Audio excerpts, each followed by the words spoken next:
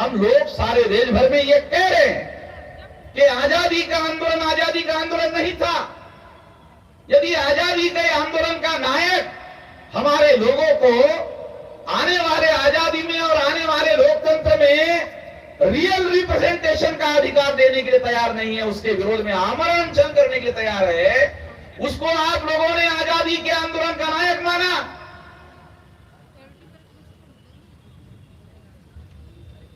उसको नंगा करना पड़ेगा। वैसे तो वो आधा नंगा ही है, पूरी आधी कोशिश करनी पड़ेगी, ज्यादा कोशिश नहीं करनी पड़ेगी। आधी कोशिश करने के लिए भी आप राजी नहीं है।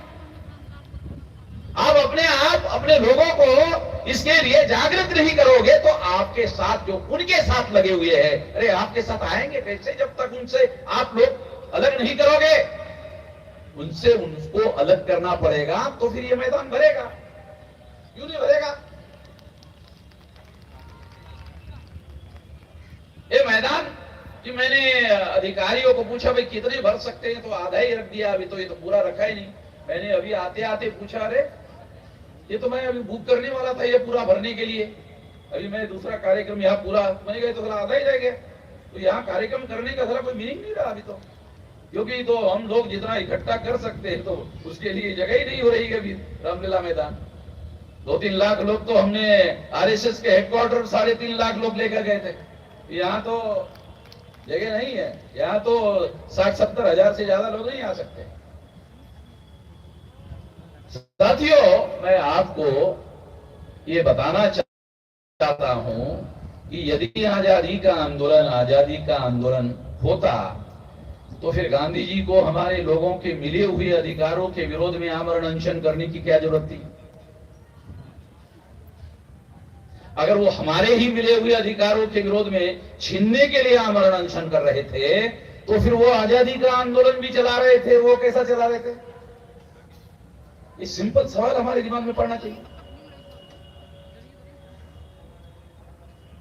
इसलिए साथियों, मैं आपको इतिहास को खंगालना पड़ेगा, और बहुत पुराना इतिहास नहीं, आधुनिक भारत में जहां 1848 से लेकर अगर उसका इतिहास ठीक से समझने की कोशिश करेंगे तो फिर हम आजाद भारत में जो हमें आजादी नहीं मिली है, पुलिस चौकी में हमारा एफआईआर नोंद नहीं होता, भाई आजादी मिली है क्या? आजादी मिली है।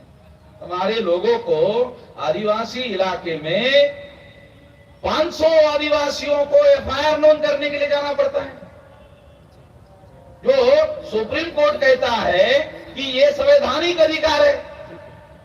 एफआईआर संवैधानिक अधिकार है, तो एक आदमी पुलिस चौकी में जाकर नोंद कर ले तो नोंद होना चाहिए, नहीं होती। काहे की आजादी है? इसको आजादी कहा जा सकता है? इस देश में आपके इलेक्टेड रिप्रेजेंटेटिव है 131 मेंबर पार्लियामेंट, और 1000 से ज्यादा एमएलए है पार्लियामेंट में, उनको कोई बोलने नहीं देता। अरे आपकी छोड़ो, आपके इलेक्टेड रिप्रेजेंटेटिव को पार्लियामेंट में कोई बोलने नहीं देता।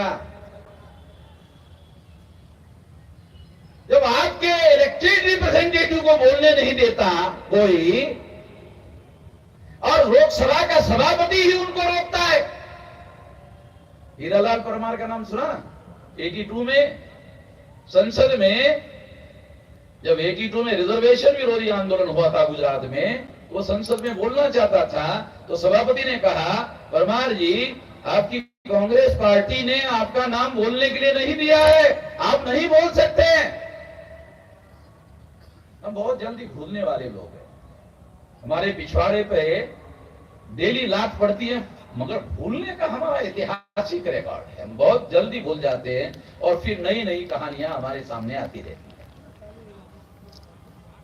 साथियों, एक तो ये बात हम लोगों को, ये जो 1848 से लेकर 1956 तक का जो आधुनिक भारत का इतिहास है, अगर उसे ही ठीक से समझ लो, बहुत पुराना 2-3 हजार साल का छोड़ो, ये भी अगर इतिहास ठीक से समझ लो और समझकर उसके सबक लेकर अगर आप अपने लोगों को जगाने का काम करो तो लाखों लोग ये मैदान पर इकट्ठा हो सकते हैं। क्यों नहीं हो सकते? तमाम संगठनों के कार्यकर्ता यहां मंच पर इकट्ठा आए हैं, बहुत अच्छी